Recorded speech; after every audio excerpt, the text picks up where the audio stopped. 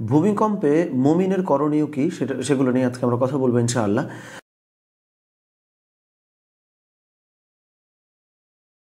কারণ সাধারণ অর্থে যখন ভূমিকম্প বা কোনো প্রাকৃতিক অসুবিধা বা দুর্যোগের মধ্যে আমরা পড়ি, আমরা হতাশ হয়ে যাই, অস্থির হয়ে যাই, খুব দুশ্চিন্তাগ্রস্ত হয়ে যাই। সো আজকে আমরা বেশ কিছু বিষয় বলবো। মোটা দাগে আমরা 5টা বিষয় বলার চেষ্টা করব যে ভূমিকম্পে বা যে কোনো বিপদে মুমিনের কোন 5টা কাজ আসলে করা উচিত। ফার্স্ট অফ অল, যেই কাজটা আমাদেরকে অবশ্যই করতে হবে ভূমিকম্প বা যে কোনো দুর্ঘটনায় যদি আমরা পড়ি, 1 নম্বরটা হলো ইস্তিগফার এবং তওবা করতে হবে। এটা খুব জরুরি। আমরা ইস্তিগফার এবং তওবা করা কেন জরুরি আমি একটু ব্যাখ্যা করছি। যেমন যখন যে কোনো ভূমিকম্প বা কোনো প্রাকৃতিক দুর্ঘটনার মধ্যে আমরা পড়ি, সেটা কিন্তু আমাদের জন্য একটা ওয়েক আপ কল। সেটা আমাদের জন্য কিন্তু আমাদেরকে সতর্কীকরণ, আমাদেরকে একটু ওয়ার্ন করে দেওয়া হয়, সতর্ক করে দেওয়া হয়।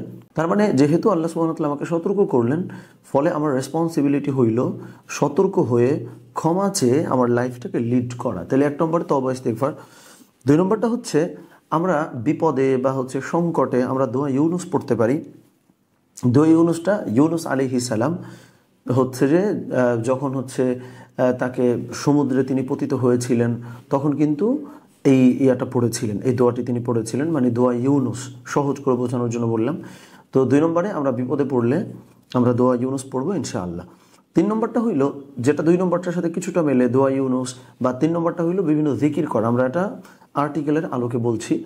সো 3 নম্বরটা তাহলে আমরা বললাম জিকির আজগার করা, এবং এটার সাথে সম্পৃক্ত আর একটা ব্যাপার আছে, সেটা হলো কোরআন তিলাওয়াত করা, তাসবিহ তাহলিল করা, যদি আমরা ভূমিকম্পে আক্রান্ত হই বা কোনো দুর্ঘটনার মধ্যে পতিত হই।